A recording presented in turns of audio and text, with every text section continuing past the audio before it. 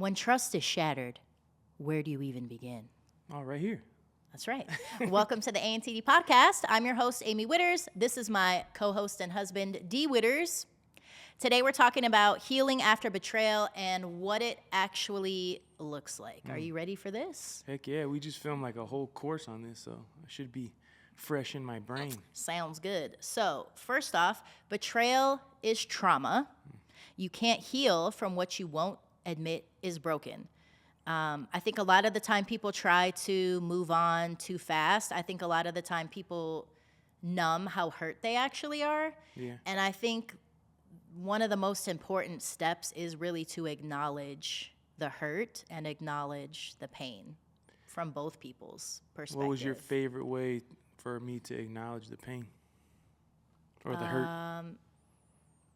I think it was super helpful for me to see that you were actually sorry, but not only with your words, it was more so like your actions, like little things that you would do to put an effort that made me feel like you actually did care and you want to work it out. Like you'd write me love letters,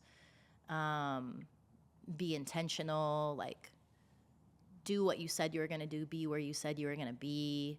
It was like intentional actions, not just words. Yeah, I feel like that's the key. Everything you say has to be backed up with something you do. Yeah.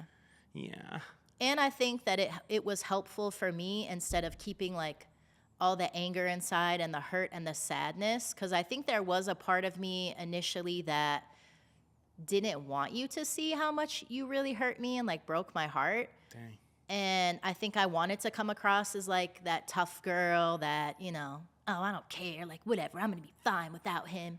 Or maybe I'll be with him. I don't know yet. But either way, I'll be fine. And I think it wasn't until I allowed myself to be vulnerable and like express to you how badly what you did hurt me, that really helped me initially in healing. Dang. How long do you feel like that took to go from not wanting me to know to like? I don't know. I feel like it took probably like a good 6 months. Maybe. Like you're trying to be tough. Yeah, and like not wanting to forgive you and like being super angry and. Which is, I think that's how a lot of people are, where like, look at how we won't go to the doctor until like you've been sick for 2 weeks, you know? And you won't go to the doctor until like you have to go. But it's the same thing with this kind of healing. Like you have to expose everything in order to be able to heal it all. What's point number 2? How you feeling, dog? You all right? No. I mean, I feel better than when I initially got whatever it is I have, but like we didn't film Like 2 weeks? like we missed 2 podcast episodes, and you know, I never think anyone's gonna care. We got people like, when's the next podcast? Like, what's happening? Like, sorry, I've been sick. We Like, need to oh get dang, people actually care. Like they notice when we don't show up, so we gotta keep showing up. I don't realize like we're actually helping people, which trips me out because it's like the worst thing I ever did to the person I love the most is. For me, it's crazy how many people we're helping, because I just, you know, my initial thought was like, oh, if we help one person, it was worth it. It's all God. And we're getting like flooded, yeah. It doesn't make any sense. It has to be God like doing what only he could do. Well, God is who told me that we should be doing this in the first place in January of last year. That's crazy. And you were too scared. I'm still scared every time we cut that camera on. I was scared to death filming this course. Like, I was scared to death. Were you initially scared because you didn't want to share such a vulnerable part of our story, or you just don't like being on camera? No, and I feel like what I'm about to say probably could help the cheater, is I was scared that it was going to bring things back up again that was going to hurt you, number one. Like and then, I might leave you? Yeah, and then number 2, like you just be like, yeah, I'm cool on this. So those 2 things scared me, but I think it furthered our healing, to be honest. 100%. It's like a therapy session, 100%. and people don't realize that either. What did that dude say the other day? Like, how do you think he feels? You bring it up every day. It's all you talk about, and Well, it's like it's like we really don't. not though. Like we talk about it for the podcast and for our content and stuff, but in our day to day, it's not like I'm like, well, you cheated on me. Yeah, we're like We're how like can best we, friends. Yeah, we're best friends, but then we're like, how can we talk about something we went through that's going to help somebody else? So, Yeah. Yeah. And I think we've had like our own epiphanies in these podcast sessions. Like, oh, wow, I didn't realize that. Like, dang, that makes so much sense. yeah, facts. But you got to talk about it. Open your mouth. Takes being honest. Don't be in denial. Yeah. Denial is a river in Egypt. Egypt. All right, point 2. Forgiveness is a process, not a feeling. What do I always say? Forgiveness is a gift. Trust is a paycheck. So they're two different things. And forgiveness is like a daily choice, I feel like, especially in the beginning, that you have to choose to make, to not be angry, bitter, resentful. Trust is the paycheck that's going to get earned over time. Yeah, and I feel like it's just like with anything, you put in the work. The Bible says that God blesses the work of our hands. He's going to bless the work you put into your relationship too. Well, and it's not saying that what they did was okay, which Yeah. I think a lot of people have a hard time with. Well, if I forgive, that means like I'm cool with it. Like, no, that's not what it means. It's releasing you from holding on to all those feelings that Yeah. are not healthy for you. And that makes sense that you would look at it like a weakness, right?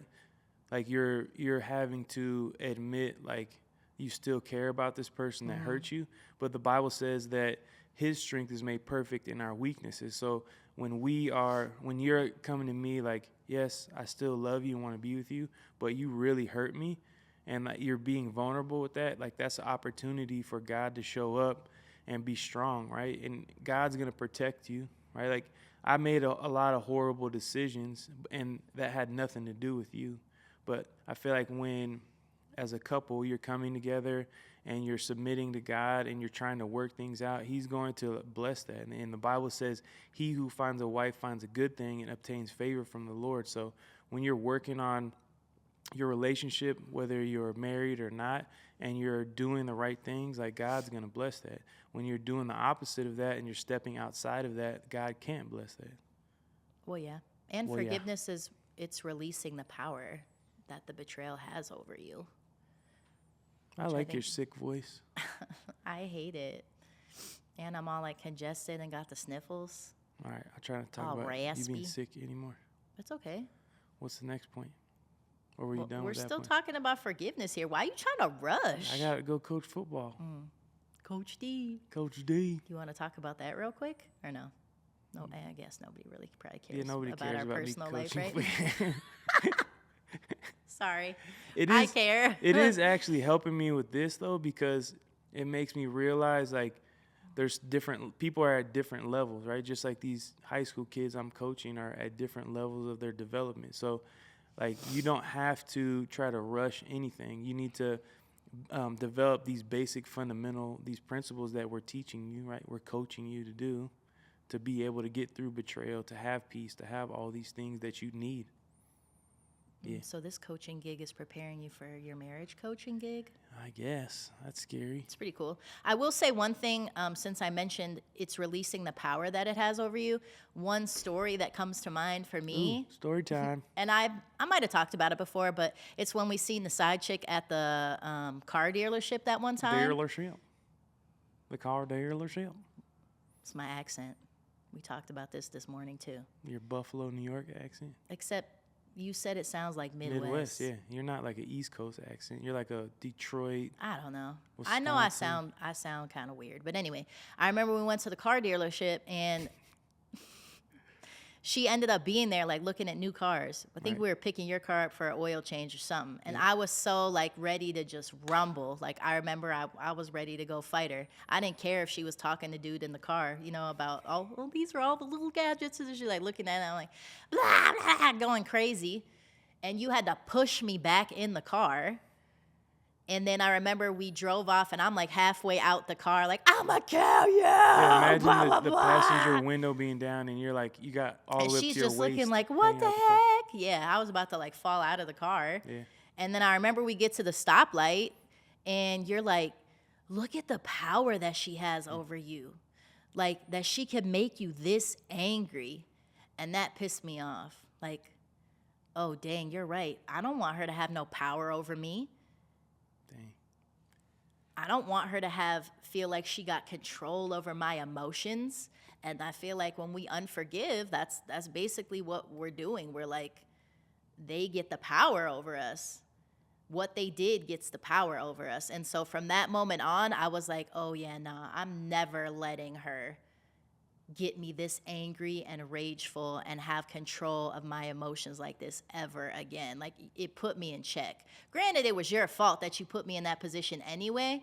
Like, I was thankful that you told me that, because that was something in my brain that I was like, oh yeah, I ain't never letting.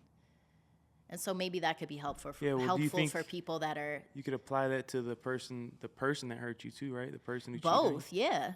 Like, don't let them have power over you. Yeah. Like, when you're getting angry, you have to take control of your own emotions. Yeah, I think that made it easier for me to pray for her too. Dang. People don't realize you are about that life. I remember we went Prayer life? Well, no, about that I will whoop you life. Oh. What concert did we go to? This was like 20 years ago, 15 years. It was not that long ago. It felt like it. Like, I don't What? Music I don't even listen to anymore. Migos and Drake? Maybe. And this dude threw like a cup of water in the air, and it like barely touched your shoe, and you freaked out and chased him. And I think it was my Fendi slides. Yeah, it barely touched the tip of your shoe, but then he took off running, and then you chased him down, and I think I was more mad that he was just drunk and acting belligerent. Yeah, That made but- me mad. well, And you then got the to whoop icing him. on the cake was when he freaking got water all over my slides, and I just saw red. I remember I just started running, and I yank him by his shirt. Yeah, like he turned around, and I'm trying to chase you. You know, I'm not fast. I'm big. I'm a giant. Like, I run slow. And then I'm like, oh, God, please don't let this dude do or say anything so I don't have to kill him. And you grab him by his shoulder and spin him around. You're like, you got water on my shoe. And he's like, I'm so sorry. I'm so sorry. I'm like, dang, my wife just bullied this dude. It's I'm crazy. not really like that anymore, though. I did that at the bank one time, too. This dude flipped me off and took my parking spot, and I wasn't even tripping. Like, Oh, you were tripping. I wasn't tripping until he flipped me off, and then I was like, no, he did not. And I got out the car, and I started knocking on his window, and he wouldn't roll it down. I'm like, I know you're in there. I was like, don't you ever disrespect a female like that. Which is And then crazy. told you and my brother, because my brother was busy, and you guys are like, what is wrong with you? Like, you cannot just do that. Like, Yeah. what if he had a gun? Like, I don't care. You're like, I I don't got care. one. You ain't the only one with a gun. But I feel like I'm not like that anymore. I feel like I think about stuff now before I just go off, and I don't let it have power over me and my emotions anymore. You're still about that life, though. Yeah, if it came to like you or the kids, heck yeah, if I had to. But I'm saying like little stuff like that, like now I don't let that control me anymore. That's why I wanted to be with you. I want a crazy woman that's down to ride, ready to ride. All right, what's point number 3? You can't rebuild what you're not willing to protect. Healing starts with a B. But Boundaries. What do boundaries do? keep you safe. They keep you safe. Boundaries aren't a wall; they're doors that you can let people in and out of. Let's go. Very good. So you protect your peace by creating new standards, not just patching old wounds. And I feel like it was a lot of back and forth with us with the cheating because I didn't ever set boundaries. I think a lot of that had to do with me being young when all of this was going on and not having anybody to like help me navigate this either. But I was like overly manipulative too. Like, True, but I wish I would have had somebody to like walk me through like, okay, this is what you need to do now to like rebuild trust. There was no TikTok. There was, you know what I mean? I wasn't on YouTube there was no podcast like that back then. podcasts, you know what I'm saying? I wish Buffalo, I New would have York. had somebody to like help me navigate it because I feel like we could have shaved years off of the back and forth nonsense, shenanigans. Like, Well, now you can help whoever watches this. Or absolutely, and I'm thankful for that. But I don't think healing really started or like watching growth or you changing until I established those boundaries. Until I was like afraid to set boundaries, I think. Like, well, what if he doesn't want to abide by them or respect them? Like, well, then there's that's a clear sign that 300 million other dudes that's way better than him, probably. I don't know. I'm on the other side of it now, so I'm like, man, these dudes are like, I was so lame. I wanted so much stuff that does not matter. Like right now, I have the best wife ever, the best kids ever. Like we're helping people. I'm like this. Could you imagine if you lost all that? No, bro. I would rather die. So hopefully, whoever cheated watches this too, and it's like, yeah, I think it's time to figure this out before it's too late. Yeah, for real. Yeah. Boundaries keep you safe. Yeah. Do you feel like any of the boundaries that I set in place ever made you feel like I was trying to control you? Nah. Not at Or all. you were just ready to like surrender and do whatever you needed to do? Like I feel like when it took years, but when we finally had that breakthrough, you were like, I am ready. I don't want to live this life anymore. I will do whatever you want. Yeah. I think that once the boundaries are reasonable too, right? It's like make sure you already cheated, so you know you messed up. You know you have to earn the trust back. So it's like, okay, I need to make sure that you're not looking at girls on your phone or something. Like whatever it is that whatever boundary you said, I need to know where you're at all times. So I know you're not at this girl's house. I need you to be home at a specific time. It's not like that's the thing. And there was like in the beginning times where I would have your location and your dumb butt was over there. But I would turn it off or whatever. Well, the one time you didn't, and I'm like, bro, you're literally at her house right now. Like, And what? I'll make up some lie. I'm just telling her we can't talk anymore or something stupid, you know. But I think that you have to, like, if you're the person who did the betrayal, you have to realize like this is good for you. Boundaries are good things. Right? Why are you talking so quiet? I don't know. This is how I'm talking today. You know. Boundaries are good things. Yeah. And it's not a way to control you. It's a way for the betrayed person to feel safe and for you to show and prove if you really mean what you say, if you're really sorry, if you're really trying to work it out. Yeah, imagine like we have a 1-year-old, right? And we're not going to just let her walk down the stairs because she can get hurt. And then her getting hurt is not only going to hurt her, but that's going to hurt us too because we love her. It's the same thing. Look, I don't want you to walk down these stairs, Daniel. Cheating down the stairs, hurting yourself, and it's hurting me too. So let's stay away from the stairs, big guy. You know, it's simple. I don't know if I was as gentle with the boundaries as that. You wanted to push me down the stairs? Do it again. I'm throwing you down these things. Nah, you can't be like that. You really can't. No, you can't. But yeah. See you in the next episode. No. Well, you mentioned that we started and filmed a course. Tell them about it. It'll drop Sunday, Why don't you the tell 'em 1st, about June it? 1st. So basically, if any of this episode resonated with you guys and you want to go deeper in your healing journey, we just filmed and we're going to put out on the 1st a 6 weeks to reclaiming your peace after betrayal. You got to put after cheating or betrayal in there. Reclaim your peace. This sounds kind of like some guru bullcrap. So it's 6 weeks to reclaim your peace after betrayal, where we basically walk you through the necessary steps and what we did in healing our relationship so that you can get back to, you know, finding your true identity, healing, identifying, you know, the pain from the betrayal, just really processing everything that's just happened and walking you through it a lot faster than I know I walk through it without having anybody to help me. So I was thinking about that when we were recording it, besides like how proud I am like of you coming up with like this whole like blueprint to help people get through this. But I was thinking about like, man, if we would have had this, it would have been completely different. Like it would have sped things up. that's way what I'm faster. saying. Like we could have shaved years and years off of the back and forth cheating Yeah. because I didn't know what to do. Yeah. I didn't know I needed to set boundaries. I didn't know what, like the PTSD, and I didn't understand what was happening. Yeah. I didn't know that it was literally like a trauma that was going to affect my brain. I didn't know any of that. Yeah, I pray it helps somebody. What is the word that we're using that you want people to comment if they're interested? Help. I don't know. Yeah. Help. I thought you said course. Comment help. Okay, if you're interested in learning more information about the course and potential coaching, Coach group Amee. or one-on-one, because the need and the demand is there, and we finally I'm decided. scared of We're scared, but God is calling us to do this. So if you would Amen. like more information on the 6-week course Help, and comment, help. potential coaching from D and I, comment help, and we will send you more information on the course and also the coaching as well. Yeah. Like, comment, subscribe. Like, comment, subscribe. If I'm not sick, we upload videos every Monday and Thursday. It's been so long, I don't even remember if that's accurate. Monday and Thursday on YouTube, Apple, Spotify.